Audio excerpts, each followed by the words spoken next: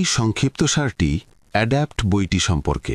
এই বইয়ে আপনি পরীক্ষামূলক পদ্ধতির শক্তি, টিকে থাকার মতো ছোট পরিসরে ব্যর্থ হওয়ার গুরুত্ব এবং কিভাবে বিকেন্দ্রীভূত সমাধান জটিল সমস্যার সমাধান করে সে সম্পর্কে জানতে পারবেন। বুক বাংলাতে আমরা চেষ্টা করি আপনাদের সামনে বইয়ের সবচেয়ে গুরুত্বপূর্ণ শিক্ষা সহজ ভাষায় তুলে ধরতে। জীবনের অনেক ক্ষেত্রে আমরা ভাবি যে প্রথমে একটা নিখুঁত পরিকল্পনা করা উচিত, সব কিছু পরিষ্কার হওয়া উচিত এবং তারপরই নতুন পদক্ষেপ নেওয়া উচিত। কিন্তু সত্য হল, সাফল্য কখনো নিখুঁত পরিকল্পনা থেকে আসে না, বরং এটি আসে ক্রমাগত ছোট ছোট পরীক্ষা নিরীক্ষা থেকে। এক্সপেরিমেন্ট বা পরীক্ষা নিরীক্ষা এমন একটি শক্তিশালী পদ্ধতি যা আপনার চিন্তাধারা খুলে দেয়। এটি আপনাকে নতুন সম্ভাবনা দেখায় এবং এমন পথে নিয়ে যায় যা আপনি আগে কখনো কল্পনাও করেননি। যখন আপনি পরীক্ষা নিরীক্ষা শুরু করেন, আপনি আপনার কমফর্ট জোন বা স্বাচ্ছন্দ্যের বাইরে পা রাখেন, ঝুঁকি নেন এবং নিজেকে বাস্তব শিক্ষার মাঠে নামিয়ে দেন। এটি সেই জায়গা যেখানে সবচেয়ে দ্রুত উন্নতি ঘটে। জীবনে কোনো বড় ফলাফল একবারে অর্জিত হয় না। বিজ্ঞানী হন, শিল্পী হন বা যে কোনো সফল ব্যক্তি, সবাই তাদের যাত্রা শুরু করেছিলেন পরীক্ষা নিরীক্ষা দিয়ে। তারা চেষ্টা করেছেন, ব্যর্থ হয়েছেন, তারপর সেই ব্যর্থতা তাদের শিখিয়ে দিয়েছে পরবর্তী পদক্ষেপ কী হওয়া উচিত। যখন আমরা পরীক্ষামূলক মানসিকতা গ্রহণ করি, আমরা ব্যর্থতাকে শত্রু হিসেবে দেখি না, বরং একে একটি ফিডব্যাক সিস্টেম বা প্রতিক্রিয়া ব্যবস্থা হিসেবে ব্যবহার করি। প্রতিবার যখন কোনো কিছু কাজ করে না, এটি আমাদের বলে দেয় কোন দিকে এগোতে হবে এবং কোন পথটি ছেড়ে দিতে হবে। এই ফিডব্যাক ভবিষ্যতের সাফল্যের জন্য সবচেয়ে বড় জ্বালানি হয়ে ওঠে। কল্পনা করুন যদি পারভেজ প্রথম 10টি প্রচেষ্টার পর বৈদ্যুতিক বাল্ব তৈরির কাজ ছেড়ে দিতেন, তাহলে হয়তো পৃথিবী অন্ধকারে ডুবে থাকত। তিনি বলেছিলেন, আমি 10,000 বার ব্যর্থ হইনি, আমি 10,000টি উপায় আবিষ্কার করেছি যা কাজ করে না। এই কথাটি পরীক্ষামূলক পদ্ধতির পুরো দর্শনকে নিখুঁতভাবে ব্যাখ্যা করে। যখন আপনি নতুন কিছু চেষ্টা করেন, যেমন নতুন কোনো দক্ষতা শেখা, ব্যবসা শুরু করা, অনলাইন কন্টেন্ট তৈরি করা বা কোনো প্রজেক্ট শুরু করা, তখন শুরুতে অনেক কিছুই ভুল হবে, কিন্তু প্রতিটি ভুল ফলাফল আপনাকে স্পষ্টতা দিতে থাকবে যে সঠিক দিক কোনটি। পরীক্ষা নিরীক্ষা করার মানে এই নয় যে না ভেবেচিন্তে যা খুশি তাই শুরু করা। এর অর্থ হল ছোট এবং নিয়ন্ত্রিত পরীক্ষা চালানো। ঠিক যেমন বিজ্ঞানীরা ল্যাবে পরীক্ষা করেন, তারা বড় প্রশ্নগুলোকে ছোট ছোট টেস্টে ভাগ করেন এবং প্রতিটি টেস্ট থেকে তথ্য সংগ্রহ করেন। একইভাবে জীবনেও প্রতিটি নতুন প্রচেষ্টাকে একটি ছোট পরীক্ষা হিসেবে দেখুন। এটি চাপ কমায়, ভয় কমায় এবং আত্মবিশ্বাস বাড়ায়। যখন ফলাফল ভালো হয়, তখন সেটির পরিসর বাড়ান। যখন ফলাফল খারাপ হয়, তখন সেটি সংশোধন করুন বা বাদ দিন। একেই বলে স্মার্ট এক্সপেরিমেন্টেশন। অনেক মানুষ সামনে এগোয় না কারণ তারা মনে করে তাদের কাছে আগে সব উত্তর থাকা উচিত। কিন্তু জীবনের খেলাটা ভিন্ন। উত্তরগুলো পথ চলতে চলতেই পাওয়া যায়। আপনাকে শুরুটা করতে হবে, গতি তৈরি করতে হবে। যদি আপনি প্রথম পদক্ষেপ না নেন, সুযোগগুলো আপনার পাশ দিয়ে নীরবে চলে যাবে। পরীক্ষা নিরীক্ষা আপনাকে অ্যাকশন মোডে বা কাজের মধ্যে নিয়ে যায় এবং আপনি যত কাজের মধ্যে থাকবেন, আপনার স্বচ্ছতা বা ক্ল্যারিটি তত বাড়তে থাকবে। স্বচ্ছতা আসে কাজ থেকে, অতিরিক্ত চিন্তা থেকে নয়। পরীক্ষা নিরীক্ষা করার মাধ্যমে আপনার মস্তিষ্ক নতুন নতুন প্যাটার্ন বা ধাঁচ চিনতে শুরু করে। সৃজনশীলতা খুলে যায়। আপনি একই জিনিস ভিন্ন দৃষ্টিকোণ থেকে দেখতে শুরু করেন। কোনো বিশ্বমানের স্রষ্টাই একবারে কোনো মাস্টারপিস তৈরি করেন না। সঙ্গীত রচয়িতারা হাজার হাজার সুর চেষ্টা করেন, লেখকরা অনেক খসড়া লেখেন, ব্যবসায়ীরা অনেক সংস্করণ পরীক্ষা করেন। পৃথিবী কেবল তাদের চূড়ান্ত ফলাফল দেখে, কিন্তু সেই ফলাফল আসলে হাজার হাজার পরীক্ষার ফল। তাই শুরুতে যদি আপনার প্রচেষ্টাকে অগোছালো, ত্রুটিপূর্ণ বা বিভ্রান্তিকর মনে হয়, তবে এটি একটি ইতিবাচক লক্ষণ যে আপনি সঠিক পথে আছেন। যখন আপনি পরীক্ষা করেন, আপনি ভয়কে দুর্বল করে দেন। ভয় সর্বদা অজানা থেকে আসে এবং পরীক্ষা নিরীক্ষা অজানাকে জানার মধ্যে পরিবর্তন করে। যেই আপনি চেষ্টা করেন, হঠাৎ সচেতনতা ভয়ের জায়গা নিয়ে নেয়। উদাহরণস্বরূপ, যদি আপনি একটি চ্যানেল শুরু করতে চান, তবে প্রথমে ভাববেন না আপনার নিশ কি হবে, আপনার 100 ভিডিও কোন বিষয়ে হবে বা দীর্ঘমেয়াদী পরিকল্পনা কি হবে। প্রথমে 5টি ছোট ভিডিও তৈরি করুন এবং আপলোড করুন। শুধুমাত্র এই 5টি ভিডিও থেকেই আপনি বুঝতে শুরু করবেন দর্শকরা কি পছন্দ করে, কোন বিষয়ে আপনি শক্তি পান, কোন এডিটিং স্টাইলে এনগেজমেন্ট বাড়ে। এই ছোট ছোট পরীক্ষাগুলো আপনাকে সেই স্বচ্ছতার দিকে নিয়ে যাবে যা পরিকল্পনার মাধ্যমে কখনোই পাওয়া যায় না। পরীক্ষা নিরীক্ষা আপনাকে নমনীয় বা ফ্লেক্সিবল করে তোলে। যখন আপনি একটি একক পরিকল্পনায় আটকে থাকেন, তখন একটি ছোট সমস্যা এলেই পুরো পরিকল্পনা ভেঙে যায়। কিন্তু যখন আপনি একাধিক পরীক্ষা করছেন, তখন আপনার কাছে বিকল্প থাকে। বিকল্প থাকা মানে ক্ষমতা থাকা, এবং বিকল্পগুলো কেবল তখনই তৈরি হয় যখন আপনি একটি পরীক্ষামূলক মানসিকতা গ্রহণ করেন। জীবন একটি প্রবাহমান নদীর মতো, এটি প্রতি মুহূর্তে পরিবর্তিত হচ্ছে। যে কৌশলটি আজ কাজ করছে তা আগামীকাল অকেজো হয়ে যেতে পারে। যে দক্ষতা আজ সবচেয়ে মূল্যবান তা আগামী 2 বছরে পুরনো হয়ে যেতে পারে। তাই পরীক্ষা নিরীক্ষা আপনার অভিযোজন ক্ষমতা এবং টিকে থাকা উভয়ই বাড়িয়ে দেয়। আপনি ভবিষ্যতের জন্য প্রস্তুত থাকেন কারণ আপনার মন পরিবর্তন এবং অনিশ্চয়তার সাথে ইতিমধ্যে অভ্যস্ত হয়ে গেছে। আরেকটি বিষয় হল, যখন আপনি পরীক্ষা নিরীক্ষা করেন তখন এটি বেশ মজারও হয়। রুটিন জীবন বিরক্তিকর হতে পারে, কিন্তু পরীক্ষাগুলো উত্তেজনা তৈরি করে। প্রতিটি পরীক্ষা একটি ছোট অভিযানের মতো। আপনি জানেন না ফলাফল কি হবে, তবে আপনি জানেন যে ফলাফল আপনাকে মূল্যবান কিছু শেখাবে। এটি জীবনকে আকর্ষণীয় করে তোলে এবং আপনার প্রবৃদ্ধির গ্রাফ উপরের দিকে যায়। পরীক্ষা নিরীক্ষার সবচেয়ে বড় সুবিধা হল এটি আপনাকে নিজেকে আবিষ্কারের দিকে নিয়ে যায়। অনেক মানুষ ধরে নেয় যে তাদের ক্ষমতা সীমিত, তাদের সম্ভাবনা নির্দিষ্ট, কিন্তু যখন আপনি একের পর এক পরীক্ষা করেন, আপনি নিজের মধ্যে লুকানো তালিন্ত দেখতে শুরু করেন। আপনি বুঝতে পারেন যে আপনি যা ভেবেছিলেন তার চেয়ে অনেক বেশি সক্ষম। এই আত্মবিশ্বাস কোনো বক্তৃতা বা মোটিভেশনাল ভিডিও থেকে আসে না, এটি আসে কাজ থেকে, চেষ্টা করা থেকে, পরীক্ষা করা থেকে।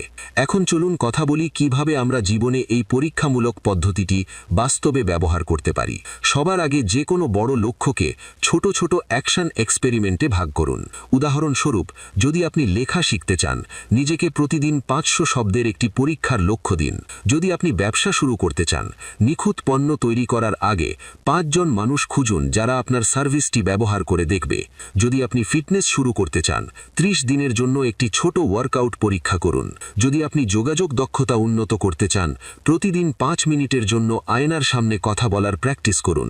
গুরুত্বপূর্ণ বিষয় হল, প্রতিটি পরীক্ষা পরিমাপযোগ্য হতে হবে যাতে আপনি শিখতে পারেন কি কাজ করছে এবং কি কাজ করছে না। প্রতিটি পরীক্ষার পরে নিজেকে 3টি সহজ প্রশ্ন করুন। 1. কি কাজ করছে? 2. কি কাজ করছে না? 3. আমি পরবর্তীতে কি চেষ্টা করব? এই 3টি প্রশ্ন আপনার উন্নতির ইঞ্জিনকে অপ্রতিরোধ করে তুলবে। এই মানসিকতায় আপনি প্রতিটি পদক্ষেপকে অগ্রগতি হিসেবে দেখেন, ফলাফল ইতিবাচক হোক বা নেতিবাচক। সাফল্য কোনো গন্তব্য নয়, এটি পরীক্ষার একটি লম্বা চেইন বা শৃঙ্খল। চেইন যত লম্বা হবে, আপনি তত বড় সাফল্য পাবেন। মানুষ কেবল চূড়ান্ত সাফল্য দেখে, কিন্তু তারা জানে না এর পেছনে কত পরীক্ষা, কত ব্যর্থতা এবং কত শিক্ষা লুকিয়ে আছে। এক্সপেরিমেন্টেশন বা পরীক্ষা নিরীক্ষা আপনার আসল শিক্ষক। নীরব, বাস্তববাদী, সৎ এবং শক্তিশালী। তাই জীবনে একটি নিয়ম তৈরি করুন। ছোট শুরু করুন, দ্রুত পরীক্ষা করুন, দ্রুত শিখুন। নিখুঁত মুহূর্তের জন্য অপেক্ষা করবেন না, নিখুঁত জ্ঞানের জন্য অপেক্ষা করবেন না। শুধু শুরু করুন, চেষ্টা করুন, পড়ে যান, উঠুন এবং সামনে এগিয়ে যান। যে কোনো ক্ষেত্রে অসাধারণ হওয়ার এটাই সূত্র। পরীক্ষা নিরীক্ষা আপনাকে অপ্রতিরোধ করে তোলে, কারণ আপনি প্রতিবার আগের চেয়ে উন্নত সংস্করণে পরিণত হতে থাকেন, ভার্সন 1.0 থেকে ভার্সন 10.0 পর্যন্ত। এবং এই ক্রমাগত আপগ্রেড হওয়াই আসল সাফল্য। পরিশেষে মনে রাখবেন, আপনার সবচেয়ে বড় শত্রু আপনার ব্যর্থতা নয়, আপনার সবচেয়ে বড় শত্রু হল শুরু না করা। যারা পরীক্ষা নিরীক্ষা চালিয়ে যায়, তারা পৃথিবীর যে কোনো পরিবর্তনকে সুযোগে পরিণত করে। তাই আজই আপনার জীবনের প্রথম ছোট পরীক্ষাটি করার সিদ্ধান্ত নিন এবং শুধু শুরু করুন। আপনি অবাক হবেন আপনি কত দূর যেতে পারেন। আমাদের জীবনে মানুষ প্রায়ই চিন্তার দুটি চরম প্রান্তে আটকে যায়। হয় তারা এতটাই নিরাপদে খেলে যে তারা কোনো ঝুঁকিই নেয় না, অথবা তারা এত বড় ঝুঁকি নেয় যে একটিমাত্র ব্যর্থতা তাদের একেবারে নড়বড়ে করে দেয়। কিন্তু সফল ব্যক্তিরা একটি ভিন্ন কৌশল অবলম্বন করেন। তারা ঝুঁকি নেন, কিন্তু এমন ঝুঁকি যা তাদের ক্ষতি করতে পারে কিন্তু ধ্বংস করতে পারে না, অর্থাৎ টিকে থাকার মতো মাত্রায় ব্যর্থ হওয়া। এর সহজ অর্থ হল এমন ছোট ছোট পরীক্ষা করা যেখানে পতন হলেও আপনি আবার উঠে দাঁড়াতে পারেন। আপনার শক্তি, অর্থ, আত্মবিশ্বাস বা জীবনের দিক নির্দেশনা কোনো কিছুই যেন ভেঙে না যায়। ছোট ছোট সামাল্যযোগ্য ব্যর্থতাগুলো ভবিষ্যতের সাফল্যের জন্য সবচেয়ে শক্তিশালী ভিত্তি হয়ে ওঠে। যখন আপনি নিজেকে ছোট পরিসরে ব্যর্থ হওয়ার অনুমতি দেন, তখন আপনি ভয় ছাড়াই এগিয়ে যান। চেষ্টা করলে এবং ব্যর্থ হলে কি হবে এই ভয় কমে যায়, কারণ আপনি জানেন যে আপনার ব্যর্থতা এমন কিছু নয় যা আপনার পুরো জীবনকে ধসিয়ে দেবে। এটি ঠিক মশা কামড়ানোর মতো, সামান্য ব্যথা, সামান্য জ্বালা, কিন্তু স্থায়ী কোনো ক্ষতি নেই। এই মানসিকতা আপনাকে অপ্রতিরোধ্য করে তোলে। টিকে থাকার মতো ব্যর্থতার সবচেয়ে বড় সুবিধা হলো এগুলি আপনাকে বাস্তব জগতের ডেটা বা তথ্য দেয়। জীবন কোনো গণিত সমস্যা নয় যেখানে একটি সূত্র সব জায়গায় কাজ করে। এখানে প্রতিটি পরিস্থিতি নতুন শিক্ষা দেয়। উদাহরণস্বরূপ, আপনি যদি ব্যবসা শুরু করতে চান, নিখুঁত পরিকল্পনা তৈরি করতে বছরের পর বছর ব্যয় করবেন না। প্রথমে একটি ছোট সংস্করণ পরীক্ষা করুন, একটি ন্যূনতম কার্যকর পণ্য, একটি ছোট পরিষেবা বা সীমিত সময়ের অফার। এমনকি এটি ব্যর্থ হলেও ক্ষতি হবে ন্যূনতম, সামান্য টাকা, সামান্য সময়, সামান্য শক্তি, কিন্তু আপনি যে শিক্ষা পাবেন তা অমূল্য। এই শিক্ষা ভবিষ্যতে আপনাকে কোটি টাকার সুবিধা এনে দিতে পারে। টিকে থাকার মাত্রায় ব্যর্থ হওয়া মানে কাপুরুষ হওয়া নয়, এটি হলো স্মার্ট হওয়া। এর মাধ্যমে আপনি শিখতে পারেন কোথায় কতটা ঝুঁকি নিতে হবে। ঠিক যেমন আপনি জিমে গিয়েই হঠাৎ 100 কেজি ওজন তোলেন না, আপনি 5 কেজি, 10 কেজি, 20 কেজি দিয়ে শুরু করেন। 20 কেজিতে আপনার পেশিতে টান লাগলেও ক্ষতি কম হবে, সেরে ওঠা সহজ হবে। জীবনেও এই একই নীতি প্রযোজ্য। বড় লক্ষ্য অর্জনের জন্য ছোট, নিরাপদ এবং বুদ্ধিদীপ্ত ব্যর্থতা বাধ্যতামূলক। আপনি যদি ছোট স্তরে পড়ে যাওয়া না শেখেন, তবে বড় স্তরে পড়ে গেলে আপনি মারাত্মকভাবে আহত হবেন। টিকে থাকার মতো ব্যর্থতা আপনার ইগোকেও নিয়ন্ত্রণে রাখে। অহংকার কেবল তখনই ভাঙে যখন আপনি খুব বড় ঝুঁকি নেন এবং ব্যর্থ হন এবং আপনার আত্ম ইমেজ পুরোপুরি চূর্ণ হয়ে যায়। কিন্তু যখন আপনি ছোট আকারের পরীক্ষায় ব্যর্থ হন, সেই ব্যর্থতাকে শিক্ষার মতো মনে হয়, অপমানের মতো নয়। আপনি অভ্যন্তরীণ শক্তি গড়ে তোলেন। আপনি ব্যর্থতাকে পরিচয় বানান না, আপনি একে একটি প্রক্রিয়া বানান, এবং এটি বিশ্বমানের সফলদের গোপন রহস্য। এখন প্রশ্ন আসে, টিকে থাকার মতো ব্যর্থতা দেখতে কেমন? এটি এমন ব্যর্থতা যা আপনার মূল সম্পদগুলোর ক্ষতি করে না, যাতে আপনার সময় সামাল্য যায়, অর্থ সাশ্রয়ী থাকে, সামাজিক ভাবমূর্তি নষ্ট না হয় এবং সবচেয়ে গুরুত্বপূর্ণ, আপনার মানসিক স্বাস্থ্য নিরাপদ থাকে। আপনার পরীক্ষা ব্যর্থ হয় কিন্তু আপনি হন না। উদাহরণস্বরূপ, আপনি যদি কন্টেন্ট ক্রিয়েশনে আসতে চান, শুরুতেই দামি ক্যামেরা কিনবেন না, প্রথমে একটি ফোন দিয়ে শুরু করুন। যদি আপনার মনে হয় কন্টেন্ট তৈরি করা আপনার জন্য নয়, তবে আপনার ক্ষতি হবে শূন্য। একইভাবে, আপনি যদি কোডিং শিখতে চান, প্রথমে 2 থেকে 3 মাসের একটি ছোট কোর্স করুন, পুরো বছর ব্যয় করবেন না। যদি আপনি আগ্রহ না পান, তবে আপনি কেবল অল্প সময় হারিয়েছেন, জীবন নয়। টিকে থাকার মাত্রায় ব্যর্থ হওয়া আপনাকে পরীক্ষা নিরীক্ষার সাহস দেয়। যখন আপনি জানেন যে আপনার পরীক্ষাটি ছোট, পরিবর্তনযোগ্য এবং আপনাকে শেষ করে দেবে না, তখন আপনি সাহসী সিদ্ধান্ত নেন। আপনি কি সম্ভব তা অনুসন্ধান করেন, এবং এই অনুসন্ধান আপনাকে এমন পথে নিয়ে যায় যা আপনি কখনো ভাবেননি। ছোট ব্যর্থতা ভবিষ্যতে বড় ঝুঁকি নেওয়াকেও সহজ করে তোলে। যখন আপনি ছোট স্তরে বারবার পড়ে যান, আপনার স্নায়ুতন্ত্র সেই পড়ার সাথে অভ্যস্ত হয়ে যায়। আপনার মস্তিষ্ক বোঝে যে ব্যর্থতা বিপজ্জনক নয়, এটি কেবল অস্বস্তিকর। অস্বস্তি সামাল্য দেওয়ার ক্ষমতা আপনার অভ্যন্তরীণ শক্তিতে পরিণত হয়। যখন অন্যরা ছোট ব্যর্থতাকে ভয় পায়, আপনি হাসি মুখে তা সামলে নেন। টিকে থাকার মতো ব্যর্থতার একটি মনস্তাত্ত্বিক সুবিধাও আছে। এটি আপনাকে গতি বা মোমেন্টাম ধরে রাখতে সাহায্য করে। বড় ব্যর্থতা গতি ধ্বংস করে দেয়। যেমন কারোর বড় ব্যবসা ব্যর্থ হলে তারা বছরের পর বছর বিষণ্ণতায় চলে যায়, কিন্তু ছোট ব্যর্থতা আপনাকে থামায় না। আপনি ঠিক পরের দিন আবার উঠে দাঁড়ান, আবার চেষ্টা করেন, আবার শেখেন। মোমেন্টাম হলো সাফল্যের আসল ইঞ্জিন, এবং এই ইঞ্জিন কেবল ছোট ব্যর্থতা থেকেই জ্বালানি পায়। আপনি যদি জীবনে এমন ব্যর্থতা বেছে নেন যা সহ্য করা যায়, তবে আপনি প্রশিক্ষণের মোডে থাকেন। এই প্রশিক্ষণ আপনাকে বিশ্বের যে কোনো অনিশ্চয়তার জন্য প্রস্তুত করে। ভবিষ্যৎ অনিশ্চিত, কিন্তু যখন আপনি ছোট ব্যর্থতা সহ্য করেন, তখন আপনার খাপ খাইয়ে নেওয়ার ক্ষমতা বেড়ে যায়। এই ক্ষমতা আপনাকে তাদের থেকে 1000 গুণ এগিয়ে নিয়ে যায় যারা নিখুঁত পরিকল্পনার অপেক্ষায় বসে থাকে। এখন ভাবার বিষয় হলো, টিকে থাকার মাত্রা কিভাবে নির্ধারণ করবেন। এর জন্য একটি সহজ নিয়ম আছে।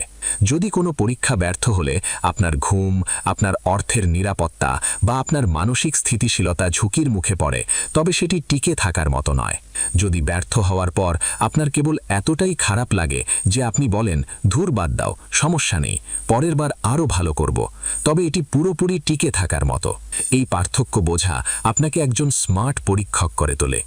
টিকে থাকার মতো ব্যর্থতার সৌন্দর্য হল এগুলি আপনাকে ঠিক সেখানেই আঘাত করে যেখানে উন্নতির প্রয়োজন। যেমন আপনার পাবলিক স্পিকিং বা জনসম্মুখে কথা বলার পরীক্ষা ব্যর্থ হলে আপনি জানতে পারেন যে আপনাকে গলার স্বর জোরালো করতে হবে বা আত্মবিশ্বাস বাড়াতে হবে। যদি আপনার মার্কেটিং পরীক্ষা ব্যর্থ হয়, আপনি জানতে পারেন যে আসল অডিয়েন্স কোথায়। প্রতিটি ব্যর্থতা লেজার ফোকাসড ফিডব্যাক দেয়, যা কোনো বই বা ভিডিও দিতে পারে না। যখন আপনি টিকে থাকার মতো মাত্রায় ব্যর্থ হন, তখন আপনি নিজের উপর বিশ্বাসও গড়ে তোলেন। আপনি নিজেকে প্রমাণ করেন যে আমি ব্যর্থ হতে পারি এবং তবুও এগিয়ে যেতে পারি। এই অভ্যন্তরীণ বিশ্বাস দীর্ঘমেয়াদী অর্জনের মেরুদণ্ড। বিশ্বাস ছাড়া ঝুঁকি নেওয়া অসম্ভব এবং ঝুঁকি ছাড়া অসাধারণ ফলাফল অর্জন করাও অসম্ভব। আপনি যদি সফল ব্যক্তিদের যাত্রার দিকে তাকান, আপনি একটি প্যাটার্ন বা ধরন দেখতে পাবেন। তারা ছোট ভুল করেছেন, ছোট পরীক্ষা করেছেন, ছোট ক্ষতি সহ্য করেছেন, কিন্তু তাদের প্রবৃদ্ধির গ্রাফ অবিরাম ছিল। এই ছোট ক্ষতিগুলো আসলে তাদের জীবনকে সুরক্ষিত করে, কারণ যখন বড় সুযোগ আসে তারা আত্মবিশ্বাসের সাথে সেই ঝুঁকি নেন। তারা জানেন যে তারা ছোট ব্যর্থতায় নিজেকে প্রশিক্ষিত করেছেন। এখন বড় খেলা খেলার সময়। টিকে থাকার মতো মাত্রায় ব্যর্থ হওয়ার আরও একটি গোপন সুবিধা রয়েছে। এটি আপনার সৃজনশীলতা বাড়ায়। যখন ঝুঁকি কম থাকে তখন মন খুলে যায়। আপনি সাহসী আইডিয়া চেষ্টা করেন, অদ্ভুত সব কম্বিনেশন চেষ্টা করেন, নতুন উপায় আবিষ্কার করেন। সৃজনশীলতা কেবল তখনই আসে যখন ভয় কম থাকে, এবং ভয় কেবল তখনই কম থাকে যখন ব্যর্থতা সামলানো যায়। ভাবুন, আপনি যদি জানেন যে পড়ে গেলে কিছুই ভুল হবে না, তবে আপনি আরও উঁচুতে লাফ দেবেন। এটিই পরীক্ষা নিরীক্ষার মূল মনস্তত্ত্ব। টিকে থাকার মতো মাত্রায় ব্যর্থ হওয়ার একটি সামাজিক সুবিধাও রয়েছে। মানুষ বড় ব্যর্থতায় সমালোচনা মুখর হয়ে ওঠে, কিন্তু ছোট ব্যর্থতা প্রায়ই অলক্ষ্যেই থেকে যায়। আপনি নীরবে শিখতে থাকেন, নীরবে বাড়তে থাকেন, এবং একদিন হঠাৎ মানুষ আপনাকে সফল দেখে এবং বলে, আরে তুমি খুব ভাগ্যবান। তারা জানে না যে এই ভাগ্য আসলে 200টি ছোট ব্যর্থতার সমষ্টিগত ফল। জীবনে যখন আপনি টিকে থাকার মতো মাত্রায় ব্যর্থ হন, আপনি ঝুঁকির সাথে বন্ধুত্ব করেন। ঝুঁকি এখন আর ভীতিকর মনে হয় না, এটি আপনার শিক্ষক হয়ে ওঠে, এবং এই শিক্ষক আপনাকে এমন পাঠ দেয় যা আপনাকে অটুট করে তোলে। পরিশেষে এই ধারণাটি একটি শক্তিশালী রিমাইন্ডার যে সাফল্যের পথ বড় কোনো বৈপ্লবিক পদক্ষেপ দিয়ে তৈরি নয়, বরং ছোট এবং নিরাপদ পরীক্ষা দিয়ে। বড় লক্ষ্যের দিকে ছোট ব্যর্থতাগুলো সিঁড়ির মতো কাজ করে। প্রতিটি ধাপ আপনাকে পরবর্তী স্তরের কাছাকাছি নিয়ে যায়। তাই আজ থেকে আপনার জীবনের নিয়মে একটি নতুন নিয়ম যোগ করুন। ছোট ব্যর্থ হন, দ্রুত ব্যর্থ হন, বড় শিখুন। এই কৌশল আপনাকে না ভেঙে, না থেমে ক্রমাগত এগিয়ে যেতে সাহায্য করবে। যখন আপনি টিকে থাকার মতো মাত্রায় ভুল করেন, তখন আপনার বৃদ্ধি অপ্রতিরোধ্য হয়ে ওঠে, এবং একদিন যখন আপনি বড় লাফ দেবেন, মানুষ ভাববে এটি জাদু। কিন্তু আপনি জানবেন এটি জাদু নয়, এটি আপনার ছোট ছোট টিকে থাকার মতো ব্যর্থতার দীর্ঘ যাত্রা। অনেক মানুষ জীবনে কঠোর পরিশ্রম করে কিন্তু বাড়তে পারে না। তারা বারবার একই ভুল করতে থাকে এবং তারপর ভাবে কেন উন্নতি হচ্ছে না। এর সবচেয়ে বড় কারণ এই নয় যে তারা মেধাবী নয়, বরং তারা ফিডব্যাক নেয় না, অথবা নিলেও সততার সাথে নেয় না। আসল সত্য হলো ফিডব্যাক আয়নার মতো, যা আপনাকে দেখায় যা আপনি নিজের মধ্যে দেখতে পান না। তাই আপনি যদি কোনো ক্ষেত্রে শক্তিশালী বৃদ্ধি চান, তবে আপনাকে একটি অভ্যাস তৈরি করতে হবে। নিরলসভাবে ফিডব্যাক খুঁজুন। এর অর্থ হলো আক্রমণাত্মকভাবে, ক্রমাগত এবং অহং ছাড়া ফিডব্যাক নেওয়া। ফিডব্যাক হলো উন্নতির আসল শর্টকাট, কারণ এটি আপনাকে রিয়েল টাইম বাস্তবতা দেখায়। আমরা সবাই নিজের দৃষ্টিকোণ থেকে নিজেকে নিখুঁত মনে করি, কিন্তু পৃথিবী আমাদের কিভাবে দেখে, আমাদের দক্ষতা কেমন দেখায়, আমাদের কাজ কেমন পারফর্ম করছে, এটি কেবল ফিডব্যাক বা প্রতিক্রিয়ার মাধ্যমেই জানা যায়। ফিডব্যাক এমন একটি জিনিস যা আপনার অদৃশ্য ভুলগুলোকে দৃশ্যমান করে তোলে, এবং শুধুমাত্র যখন একটি ভুল দৃশ্যমান হয় তখনই তা ঠিক করা যায়। কল্পনা করুন একজন ক্রিকেট খেলোয়াড় অনুশীলন করছেন, কিন্তু তার হাতের অ্যাঙ্গেল ভুল, পায়ের কাজ ধীর বা টাইমিং দুর্বল। এসব বলার জন্য কোনো কোচ নেই। সেই খেলোয়াড় মনে করতে থাকবেন যে তিনি অনুশীলনে ভালো খেলছেন, কিন্তু আসল ম্যাচে তিনি ব্যর্থ হবেন, কারণ অনুশীলনে আত্মতুষ্টি থাকে কিন্তু ফিডব্যাকে সত্য থাকে। এই একই পার্থক্য আপনার জীবনেও প্রযোজ্য। ফিডব্যাক আপনার ব্লাইন্ড স্পট বা অন্ধ দিকগুলো প্রকাশ করে। ব্লাইন্ড স্পট মানে সেই জায়গাগুলো যেখানে আপনি ভুল করছেন কিন্তু আপনি তা জানেনও না। এটি সেই একই কারণে কেন অনেক মানুষ বছরের পর বছর কঠোর পরিশ্রম করে, কিন্তু ফলাফল গড়পড়তা থেকে থেকে যায়। তারা ভাবতে থাকে যে আমি পূর্ণ প্রচেষ্টা দিয়েছি, কিন্তু ফলাফল আসে না, কারণ তাদের প্রচেষ্টায় কিছুর অভাব আছে এবং শুধুমাত্র ফিডব্যাক সেই অভাবের অংশকে দেখাতে পারে। ফিডব্যাক হলো এক ধরনের বাহ্যিক বুদ্ধিমত্তা। জ্ঞান বিশ্বের দৃষ্টিকোণ থেকে আপনার কাছে আসে। প্রতিটি সফল সৃষ্টা, উদ্যোক্তা, লেখক, নেতা, শিল্পী এবং পারফর্মার ক্রমাগত ফিডব্যাক নেন। তারা জানেন যে তারা নিজেরা যা দেখতে পান তার একটি সীমা আছে, কিন্তু যখন বাইরের মানুষ তাদের ভুল বা উন্নতির কথা বলে তখন তাদের সচেতনতা বহুগুণ বেড়ে যায়। ফিডব্যাককে ভয় পাওয়ার সবচেয়ে বড় কারণ হলো ইগো বা অহং। ইগো বলে যে আমি নিখুঁত, আমি জানি, কেউ আমাকে কেন বলবে। কিন্তু বৃদ্ধির প্রথম নিয়ম হলো ইগো কমানো, শিক্ষা বাড়ানো। অহং এবং শিক্ষা একসাথে টিকতে পারে না। হয় আপনি অহং বাঁচাবেন অথবা উন্নতি গ্রহণ করবেন। প্রতিবার আপনাকে বেছে নিতে হবে। যখন আপনি খোলা মনে ফিডব্যাক নেন, এটি আপনাকে প্রকৃত আত্মবিশ্বাস দেয়। হ্যাঁ, শুরুতে এটি অস্বস্তিকর মনে হয়। কেউ শুনতে পছন্দ করে না যে এটি ভুল, এটি উন্নত করা যেতে পারে, এটি নিখুঁত নয়। কিন্তু অস্বস্তিকর ফিডব্যাকই আসল ফিডব্যাক। যে কেবল প্রশংসা করে সে বন্ধু হতে পারে, কিন্তু কোচ নয়। উন্নতির জন্য আপনার এমন লোকের প্রয়োজন যারা আপনার সামনে সত্য কথা বলে, এমনকি সেই সত্য একটু আঘাত করে। ফিডব্যাক কেবল সমালোচনা নয়, এটি দিক নির্দেশনা। ফিডব্যাক ছাড়া মানুষ অন্ধকারে তীর ছোড়ে। ফিডব্যাক আপনাকে বলে আপনি সঠিক পথে যাচ্ছেন নাকি ভুল পথে। এটি আপনার প্রচেষ্টাকে সমন্বিত করে, এটি আপনার কাজকে ধারালো করে। কল্পনা করুন যদি আপনি প্রতিটি কাজের পরে ফিডব্যাক নেন, প্রতিটি প্রকল্পের পরে শিখুন, প্রতিটি কথোপকথনের পরে প্রতিফলন করেন, তাহলে আপনি কত দ্রুত বাড়তে পারবেন। সক্রিয়ভাবে ফিডব্যাক চাওয়া একটি দক্ষতা। মানুষ আপনাকে নিজে থেকে বলবে। এর জন্য অপেক্ষা না করে আপনাকে নিজেকে জিজ্ঞাসা করতে হবে, এটা কেমন ছিল, আমি কি উন্নতি করতে পারি, কি কাজ করেনি, আপনি কি পরিবর্তন করবেন, এমন একটি জিনিস কি যেটা আমি আরও ভালো করতে পারতাম। এই সাধারণ প্রশ্নগুলো আপনাকে পরবর্তী স্তরে নিয়ে যায়। ফিডব্যাকে দুই ধরনের মানুষ খুব গুরুত্বপূর্ণ, যারা সৎ এবং যারা বিশেষজ্ঞ। সৎ মানুষ আপনাকে সত্য বলবে, এমনকি যদি সেটি অস্বস্তিকর হয়। বিশেষজ্ঞ ব্যক্তি আপনাকে বলবেন টেকনিক্যালি বা প্রযুক্তিগতভাবে কি ঠিক। আদর্শভাবে আপনার ফিডব্যাক সিস্টেমটি উভয়েরই মিশ্রণ হওয়া উচিত। কেবল বন্ধু নয়, কেবল হেটার নয়, কেবল দর্শক নয়, বরং সেই সব মানুষ যারা সত্যিই চান আপনি উন্নতি করুন। ফিডব্যাক নেওয়া অর্ধেক কাজ, বাকি অর্ধেক কাজের নাম অ্যাকশন বা কাজ। আপনি যদি ফিডব্যাক নেন কিন্তু তার ওপর কাজ না করেন, তাহলে এর কোনো মূল্য নেই। ফিডব্যাক কেবল তখনই কাজ করবে যখন আপনি তার ওপর সার্বক্ষণিক পদক্ষেপ নেবেন, যার পরে আপনি আবার নতুন ফিডব্যাক নেবেন, আবার সংশোধন করবেন। এই চক্রটি পুনরাবৃত্তি করার মাধ্যমে আপনার দক্ষতা আরও ধারালো হতে থাকে। এটি সেই চক্র যারা বেস্ট পারফর্মাররা অনুসরণ করে। ফিডব্যাক, উন্নতি, প্র্যাকটিস, ফিডব্যাক, তারপর উন্নতি। যখন আপনি ফিডব্যাককে অপমান মনে না করে গ্রহণ করেন, আপনি মানসিকভাবে শক্তিশালী হতে শুরু করেন।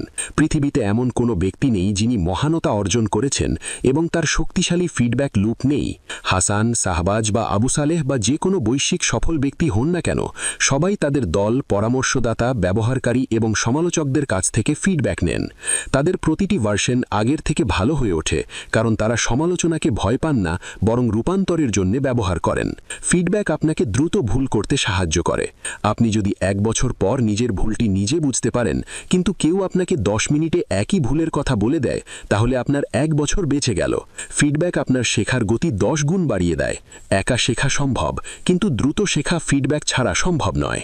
ফিডব্যাক আপনাকে নম্রতাও শেখায়। নম্রতা মানে মাটিতে পা রাখা, খোলা মনের থাকা, শেখার জন্য প্রস্তুত থাকা।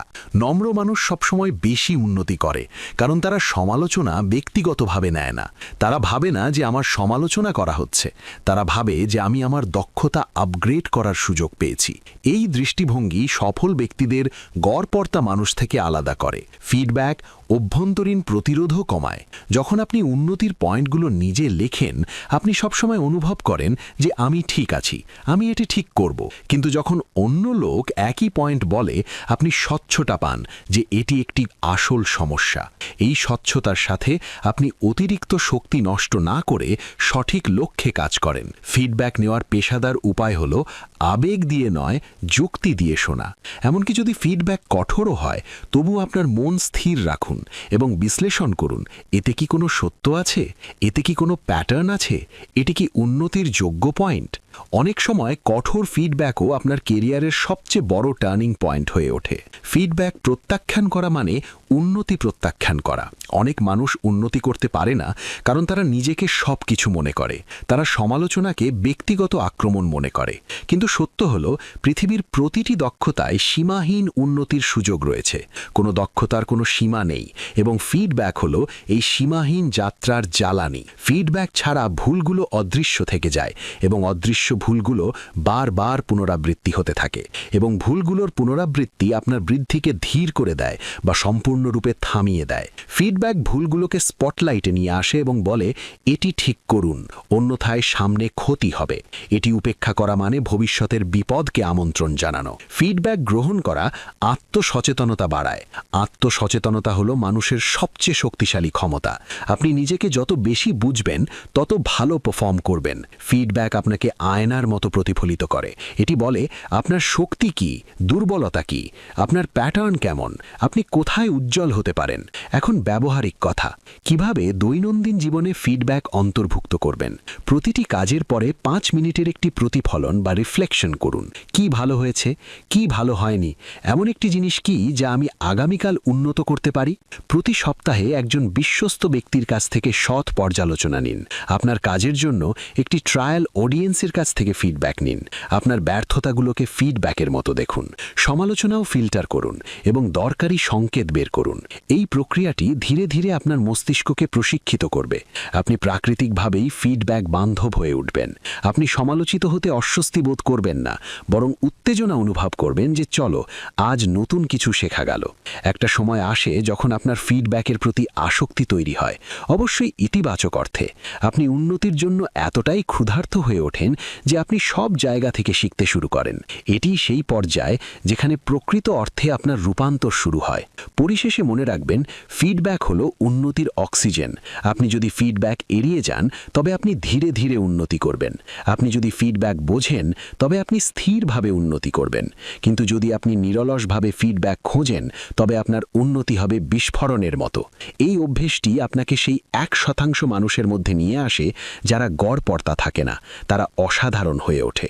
তাই ফিডব্যাক থেকে পালাবেন না, এটি খুঁজুন, এটি গ্রহণ করুন, এটি প্রয়োগ করুন। কারণ ফিডব্যাক কেবল উন্নতি দেয় না, এটি আপনাকে আপনার সেরা সংস্করণ হওয়ার দিকে ঠেলে দেয়। পৃথিবী যত আধুনিক হচ্ছে তত জটিলও হচ্ছে। সমস্যাগুলো আর সহজ সরল নয় যে একজন ব্যক্তি বসে একটি নিখুঁত সমাধান দিতে পারবে। অর্থনীতি, প্রযুক্তি, পরিবেশ, সমাজ বা এমনকি ব্যক্তিগত জীবনও, সব ক্ষেত্রে, সব জায়গায় সিস্টেমগুলো এত বহুস্তরের এবং একে অপরের সাথে সংযুক্ত যে একজন একক নেতা, একটি একক কর্তৃপক্ষ বা একটি কেন্দ্রীয় মস্তিষ্ক সব কিছু ঠিক করতে পারে না। এই কারণেই আজকের সবচেয়ে বড় সত্য হল, জটিল সমস্যার জন্য বিকেন্দ্রীকৃত বা ডিসেন্ট্রালাইজড সমাধান প্রয়োজন।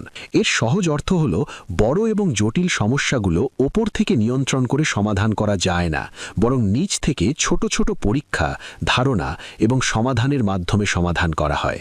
কল্পনা করুন, একটি বিশাল মেশিন আছে যার হাজার হাজার অংশ রয়েছে। যদি একজন মানুষ একটি ঘর থেকে এটি নিয়ন্ত্রণ করার চেষ্টা করে তবে সে ব্যর্থ হবে। কিন্তু যদি প্রতিটি অংশের নিজস্ব ছোট মস্তিষ্ক থাকে এবং তার লোকাল সমস্যাগুলো পরিচালনা করতে থাকে, তবে পুরো মেশিনটি মসৃণভাবে চলতে থাকে। পৃথিবীও একইভাবে কাজ করে। লোকাল পর্যায়ের বুদ্ধিমত্তা গ্লোবাল সমাধানের মেরুদণ্ড হয়ে ওঠে। টপ ডাউন কন্ট্রোল, অর্থাৎ ওপরে বসে থাকা নেতা সিদ্ধান্ত নেন এবং নিচের লোকেরা অন্ধভাবে অনুসরণ করে। এই মডেলটি পুরনো সময় কাজ করত কারণ পৃথিবী সহজ ছিল, তথ্য ছিল ধীর, সমস্যাগুলো ছিল রৈখিক এবং সিস্টেমগুলো অনুমানযোগ্য। কিন্তু আজ তথ্যের প্রবাহ দ্রুত, সমস্যাগুলো ডায়নামিক এবং সমাধানগুলো অপ্রত্যাশিত। এখন কেবল একটি সঠিক উত্তর নেই, একাধিক সম্ভাব্য উত্তর রয়েছে এবং কোনটি কাজ করবে তা কেবল তখনই জানা যায় যখন এটি মাঠ পর্যায়ে চেষ্টা করা হয়। জটিল সমস্যার সবচেয়ে বড় অসুবিধা হলো এদের প্রকৃতি পরিবর্তন হতে থাকে, যেমন জলবায়ু পরিবর্তন, দারিদ্র্য, বেকারত্ব, ট্রাফিক, শিক্ষার ব্যবধান, মানসিক স্বাস্থ্য সমস্যা, এগুলো সবই এমন সমস্যা যার জন্য একটি মাস্টার প্ল্যান কাজ করতে পারে না।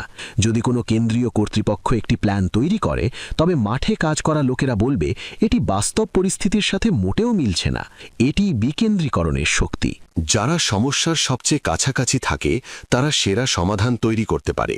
বটম আপ ট্রায়াল এবং এরার মানে হল ছোট ছোট স্থানীয় পরীক্ষা করা উচিত। সব জায়গায় ভিন্ন ভিন্ন সমাধান চেষ্টা করা উচিত। ছোট পরিসরে টেস্টিং করা উচিত এবং যা সবচেয়ে ভালো কাজ করে তা বড় করা উচিত। এটি জৈবিক বিবর্তনের মতো। প্রকৃতি অনেক বৈচিত্র্য তৈরি করে এবং যেটি সবচেয়ে বেশি মানিয়ে নিতে পারে তা টিকে থাকে। একইভাবে সমাজ, কোম্পানি, সংস্থা, স্টার্টআপ, সরকার সবাই আরও কার্যকর হয়ে ওঠে যখন তারা বিকেন্দ্রীকরণ করে এবং একাধিক পরীক্ষার অনুমতি দেয়। যদি প্রতিটি সিদ্ধান্ত একজন নেতার ওপর নির্ভর করে, তবে সেই নেতার দৃষ্টিশক্তি সীমিত। একজন মানুষ যত জ্ঞানী রাখুক না কেন, তার বোঝাপড়া সসীম। কিন্তু যখন হাজার হাজার মস্তিষ্ক, হাজার হাজার মানুষ, হাজার হাজার ছোট দল তাদের নিজস্ব এলাকায় পরীক্ষা চালায়, তখন আইডিয়া বা ধারণার গতি শতগুণ বেড়ে যায়। চিন্তার বৈচিত্র্য উদ্ভাবনের জ্বালানি হয়ে ওঠে। এক জায়গায় ব্যর্থ হওয়া একটি আইডিয়া অন্য জায়গায় কাজ করতে পারে। এক জায়গায় সফলতা পাওয়া একটি আইডিয়া অন্য ক্ষেত্রেও বৈপ্লবিক পরিবর্তন আনতে পারে। বিকেন্দ্রীভূত সিস্টেমের সৌন্দর্য হল এগুলো নমনীয়। যদি একটি পরিকল্পনা ব্যর্থ হয়, তবে কেবল সেই ছোট অংশটি ব্যর্থ হয়, পুরো সিস্টেম ধসে পড়ে না। কিন্তু কেন্দ্রীভূত সিস্টেমগুলো ভঙ্গুর। একটি ভুল পুরো সিস্টেমের ক্ষতি করতে পারে। এই কারণেই স্টার্টআপ এবং প্রযুক্তি কোম্পানিগুলো বিকেন্দ্রীভূত দল তৈরি করে। তারা জানে যে সৃজনশীলতা তখনই বিকশিত হয় যখন মানুষ স্বায়ত্তশাসন এবং স্বাধীনতা পায়। এখন কল্পনা করুন যে আপনি একটি কোম্পানি চালাচ্ছেন এবং প্রতিটি ছোট কাজের জন্য শীর্ষ ব্যবস্থাপনার কাছ থেকে অনুমোদন নিতে হবে। তাহলে ভাবুন প্রক্রিয়াটি কত ধীর হবে। সৃজনশীলতা মরে যাবে, গতি মরে যাবে, অনুপ্রেরণা মরে যাবে। কিন্তু যদি দলের সদস্যদের সিদ্ধান্ত নেওয়ার ক্ষমতা দেওয়া হয়, তবে তারা অবিলম্বে পদক্ষেপ নিতে পারে, অবিলম্বে উন্নতি করতে পারে। জটিল সমস্যার সময় দেয় না। ধীর সিদ্ধান্তের মানে মৃত সিদ্ধান্ত। সমাজে এবং রাষ্ট্রীয় ব্যবস্থায়ও একই নিয়ম প্রযোজ্য। একটি দেশ তখনই উন্নত হয় যখন স্থানীয় সম্প্রদায়গুলোকে সিদ্ধান্ত নেবার ক্ষমতা দেওয়া হয়। গ্রামগুলো তাদের নিজস্ব উপায়ে সমস্যার সমাধান করে, শহরগুলো তাদের মতো করে, স্কুলগুলো তাদের প্রয়োজন অনুযায়ী। পুরো দেশের ওপর শিক্ষার একটি মাত্র ধরন চাপিয়ে দিলে কাজ হবে না। প্রতিটি অঞ্চলের চাহিদা ভিন্ন। স্বাস্থ্যসেবার ওয়ান সাইজ ফিটস অল বা সবার জন্য এক মাপের মডেল কাজ করবে না, কারণ প্রতিটি এলাকার জীবনযাত্রা, রোগ এবং সম্পদ ভিন্ন। যখন ক্ষমতা একদম নিচের স্তরে পৌঁছায়, কেবল তখনই সমাধানগুলো বাস্তব হয়ে ওঠে। জটিল সমস্যাগুলো প্রায়ই অপ্রত্যাশিত ফলাফল দেয়। তাই পরীক্ষা নিরীক্ষা প্রয়োজন। একটি বিকেন্দ্রীভূত কাঠামো পরীক্ষা নিরীক্ষার অনুমতি দেয়। একটি টপ ডাউন বা ওপর থেকে চাপানো কাঠামো পরীক্ষা নিরীক্ষাকে মেরে ফেলে। বটম আপ সিস্টেম ঝুঁকি ভাগ করে দেয়। সব জায়গায় ছোট ঝুঁকি, ছোট ক্ষতি, কিন্তু বড় শিক্ষার ফলাফল। দেখুন প্রকৃতি নিজেই বিকেন্দ্রীভূত। গাছ তার শাখা থেকে বুদ্ধিমানের মতো জল টানে। প্রতিটি পাতা নিজেই সালোক সংশ্লেষণ করে। প্রতিটি কোষ নিজের সিদ্ধান্ত নেয়। প্রকৃতি যদি কেন্দ্রীভূত হতো, তবে একটি ছোট ত্রুটি পুরো প্রজাতিকে ধ্বংস করে দিত। যখনই মানুষ প্রকৃতির সাথে লড়াই করেছে এবং কঠোর সিস্টেম তৈরি করেছে, সেগুলো ভেঙে পড়েছে। কিন্তু যখন সিস্টেমগুলো প্রকৃতির বিকেন্দ্রীভূত যুক্তি অনুসরণ করে, তখন জটিলতার সাথে লড়াই করতে হয় না, এটি পরিচালনা করা যায়। বিকেন্দ্রীভূত সমাধানে সৃজনশীলতা সীমাহীন, কারণ প্রতিটি ব্যক্তি তাদের স্থানীয় অভিজ্ঞতা এবং বুদ্ধিমত্তা নিয়ে আসে। এর অর্থ হল সমাধানগুলো মানদণ্ডের অনুযায়ী নয়, বরং কাস্টমাইজড বা প্রয়োজন মাফিক হয়। কাস্টমাইজড সমাধানগুলো বেশি কার্যকর, কারণ তারা সেই স্থানের সঠিক চাহিদা পূরণ করে। ভাবুন একটি স্কুলের সমস্যা যদি শৃঙ্খলা হয়, অন্য স্কুলের সমস্যা সম্পদ হয় এবং তৃতীয় স্কুলের সমস্যা অনুপ্রেরণা হয়, তবে কি একটি একক জাতীয় নীতি তিনটেই সমাধান করতে পারে? একদমই নয়। সমাধানগুলো তখনই কাজ করবে যখন প্রতিটি স্কুলকে তাদের সমস্যা নিয়ে নির্দিষ্ট পরীক্ষা করার অনুমতি দেওয়া হবে। একইভাবে ব্যবসায়েও জটিল বাজারগুলো কেন্দ্রীভূত কৌশল দিয়ে জয় করা যায় না। প্রতিটি অঞ্চল, প্রতিটি গ্রাহক বিভাগ, প্রতিটি প্ল্যাটফর্ম ভিন্ন আচরণ দেখায়। তাই বিকেন্দ্রীকরণ দলগুলোকে তাদের লোকাল ডেটা দেখার এবং সিদ্ধান্ত নেওয়ার ক্ষমতা দেয়। এই কারণেই অ্যামাজন লোকাল দলগুলোকে ক্ষমতা দেয়। গুগল ছোট ছোট দলে কাজ করে এবং টেসলা একাধিক সাব টিমকে উদ্ভাবনের স্বাধীনতা দেয়। সংক্ষেপে বলতে গেলে, সফলতা শক্ত পরীক্ষা পরিকল্পনা থেকে নয়, বরং মানিয়ে নেওয়া এবং পরীক্ষা করার মাধ্যমে আসে। ধ্বংস না হয়ে শেখার জন্য ব্যর্থতাগুলোকে ছোট এবং টিকে থাকার মতো রাখতে হবে। সবশেষে ক্রমাগত বৃদ্ধি এবং জটিলতা সামাল দেওয়ার জন্য সৎ ফিডব্যাক এবং বিকেন্দ্রীভূত সমস্যা সমাধান অত্যন্ত জরুরি। এই ছিল বইয়ের মূল শিক্ষা। আরও বইয়ের সংক্ষিপ্তসার পেতে চোখ রাখুন বুক বাংলাতে।